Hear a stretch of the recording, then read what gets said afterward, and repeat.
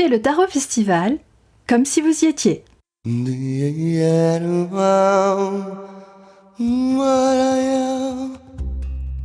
Bonjour, je suis Christine de Joanny d'Eva Productions et la voix des coulisses du Tarot Festival. 2020, 3e édition du Tarot Festival à Saint-Martin-de-Goyne. Je suis allée interroger des tarologues sur leur présence à ce festival. Qu'est-ce qu'ils y trouvent? Pourquoi ils reviennent chaque année? Rencontre avec Jérôme Calogero-Giannis qui nous explique pourquoi il se détache des appellations liées au tarot. Bonjour Jérôme Calogero-Giannis. Bonjour. Tu es tarologue et tu es connu pour avoir une approche moderne, graphique et inventive du tarot de Marseille. Ça c'est la ligne de vente, ça. C'est ça. Est-ce que tu te souviens de la première fois quand tu as eu un jeu de tarot entre les mains? Oui, je suis pas sûr. J'ai un faux souvenir et un vrai souvenir. Le faux souvenir, c'est qu'il y avait plein de choses dans le petit placard de ma mère et que je fouillais. Et je me rappelle qu'elle avait des trucs d'astrologie chinoise et des machins, en veux-tu, en voilà. Et il y avait sûrement un Grimaud là. J'ai le souvenir d'un Grimaud. Mais c'est un faux souvenir. J'en ai parlé à ma mère récemment, il n'y a pas si longtemps, il y a 2-3 ans. Elle m'a dit, mais oui, j'ai le tarot, elle me l'a ressorti. Donc voilà, c'était... Alors je ne sais plus si c'est parce qu'elle m'en avait parlé plus tard ou si c'est un vrai souvenir de gamin de 6 ans. Mais je crois que c'est ça le premier souvenir. Après, il n'y a plus rien jusqu'à ma vraie découverte du tarot. Ouais. Qui était parce que je voulais écrire un bouquin. J'avais besoin, pour une histoire, pour nourrir une histoire, pour nourrir un personnage de guérisseuse. Donc j'ai fait des recherches sur Internet et je suis tombé sur des trucs de psychomagie de Jodorowsky. Ouais. J'ai tilté sur le mot Jodorowsky, pas psychomagie, parce que je le connaissais de gamin, de BD, de cinéma, parce que j'ai fait des études de cinéma, donc je connais bien son œuvre cinématographique. Je fais, qu'est-ce qu'il a à voir, lui, avec des trucs de guérison? Et j'ai creusé le sujet et j'ai vu qu'il faisait du tarot depuis 40 ans, qu'il avait travaillé ça. Mais qu'est-ce que c'est que cette histoire? Ça m'a agrippé, sans que j'explique bien. Après, j'aime beaucoup la psycho depuis longtemps. J'ai suivi une thérapie pendant longtemps aussi, psychanalyse. Donc voilà, il y avait des champs qui m'intéressaient. Donc pour nourrir le personnage, j'ai décidé de prendre des cours avec Barbara Claire. Elle en donnait sur Paris, à l'époque. Et puis là, au bout de 2 cours, voilà, c'était mon truc. Hein. C'était l'image, c'était l'écoute, c'était le mot aussi. Voilà. Tu te souviens, quand tu as tenu ton premier jeu de tarot, ce que tu as ressenti? J'ai ressenti que j'étais au travail et que j'étais élève. Voilà, je l'ai acheté pour prendre des cours. Donc il n'y a pas eu de mystique avant, en fait. Le seul souvenir que j'ai eu, je te dis, hein, c'était vraiment ce Grimaud qui était dans le placard de ma mère. Donc il y a sûrement quelque chose, un lien inconscient. Mais le tarot, je l'ai acheté comme tu achèterais un instrument de musique. C'est-à-dire, je vais m'inscrire en cours de flûte, j'achète une flûte. Voilà. Donc j'ai ressenti que je ne connaissais pas l'outil et qu'il fallait que je le découvre et que je l'apprivoise et que je le fasse mien et que je lui crée un style. J'ai tout de suite compris ça comme un instrument de musique. De la même manière que tu achètes ta première guitare. Ça s'est passé comme ça. On entend souvent parler de tarot humaniste. Qu'est-ce que c'est précisément? Non, c'est compliqué les appellations avec le tarot. Les appellations avec le tarot, elles sont quand même là, je pense, pour se dissocier de la voyance. Donc il y a une recherche de termes.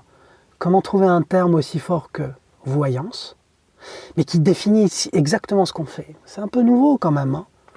Hein. Jodorowsky n'est pas le seul à avoir défriché ça, mais ça date des années 90, quoi, grosso modo. Cette histoire qu'on peut voir quelque chose apparaître dans le tarot, qui ne soit pas une histoire de futur, qui laisse la place au consultant. C'est lui qui parle, il peut s'exprimer sur ces cartes-là, il peut dire ce qu'il a à voir, et que cette parole soit recueillie. Ça, c'est nouveau. Alors on cherche. Alors tarot humaniste. Bon, humaniste peut-être parce que dans l'étude du tarot, quand tu t'y intéresses vraiment, ben, tu fais aussi des cours d'histoire, tu fais de la philo, tu fais de la psycho, et tu embrasses comme ça beaucoup de sciences humaines. Alors peut-être que c'est intéressant de dire tarot humaniste. Moi-même, je l'ai utilisé ce truc. Tarot humaniste. Maintenant, je ne l'utilise plus. Quels sont les types d'ateliers que tu adores animer? Ils sont tous pareils, les ateliers. Les ateliers que je fais, c'est un peu par la pratique. Voilà. Aujourd'hui, là, je sors d'un atelier apprendre à voir. Bah, tout le monde peut regarder, mais apprendre à regarder avec une loupe, c'est pas la même chose. Apprendre à sentir son pouvoir projectif, c'est pas pareil. Alors, on peut faire une conférence là-dessus, 3 heures. Maintenant, je leur fais faire. Alors, c'est toujours plein d'exercices. Voilà. Donc, moi, ce qui m'anime, c'est ça. C'est faire des exercices, faire le tour de la table, chacun son expérience, chacun a vu ce qu'il avait à avoir sur la même image, et on partage, on met en relation. C'est ça ce que j'aime, voilà. Je ne sais pas si j'ai bien répondu à ta question. C'est très très clair. C'est la deuxième fois que tu viens au Tarot Festival. Qu'est-ce qui te plaît autant dans ce festival? Alors, je vais être très sympa avec Fabienne et Judith, mais c'est vraiment... Fabienne et Judith, je sais pas, elles ont eu cette idée-là. Je sais pas comment je suis tombé sur la première édition. Elles étaient en train de construire cette édition, elles en parlaient peut-être sur les réseaux sociaux. Comment je suis tombé là-dessus? Aucune idée, je ne m'en rappelle plus. Mais en tout cas, j'ai vu que ça se construisait. J'ai vu que c'était pas de la voyance. Alors, pareil avec le terme, galère. Tarot psychologique, tarot ceci, tarot cela. On essaye de se démarquer. Mais j'ai lu la définition, je les ai appelés tout de suite. J'ai fait, mais attendez, il n'y en a pas des festivals comme vous faites. Moi, je veux bien venir. J'ai des choses à dire, si vous avez de la place. Elle m'a dit oui, elle m'a accueilli chez elle, j'ai rencontré sa mère. Donc, c'est vraiment un truc très familial, très sympa. Voilà. C'est ça que je préfère peut-être dans ce festival, c'est d'avoir pu peut-être participer à la première et avoir vécu, et on dit enjoy en anglais, comment on dit, avoir apprécié. Ouais, avoir apprécié de m'être réjoui de cette ambiance familiale autour d'un thème peu commun. Peu commun, voilà. Et justement, par rapport à ce thème peu commun qu'est le tarot, selon toi, ce festival, quelle est la carte du tarot qui le représente le mieux? Bon, je vais te dire le diable alors. Ouais. C'est un endroit caché quand même, Saint-Martin-de-Gogne, tu vois. Le diable, on ne sait pas si il est dans cette caverne avec son flambeau ou s'il est à l'extérieur. Après tout, il n'y a pas d'indice pour savoir où il est. Donc il est dans un endroit un peu caché et on y va pour faire l'expérience du rêve.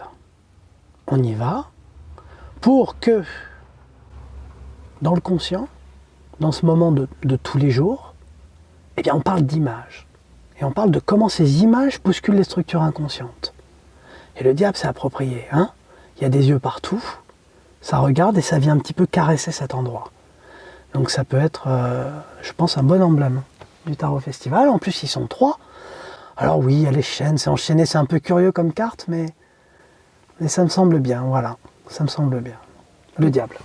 Merci Jérôme. Je t'en prie. À bientôt. À bientôt. Vibrez la passion du tarot avec le podcast du Tarot Festival.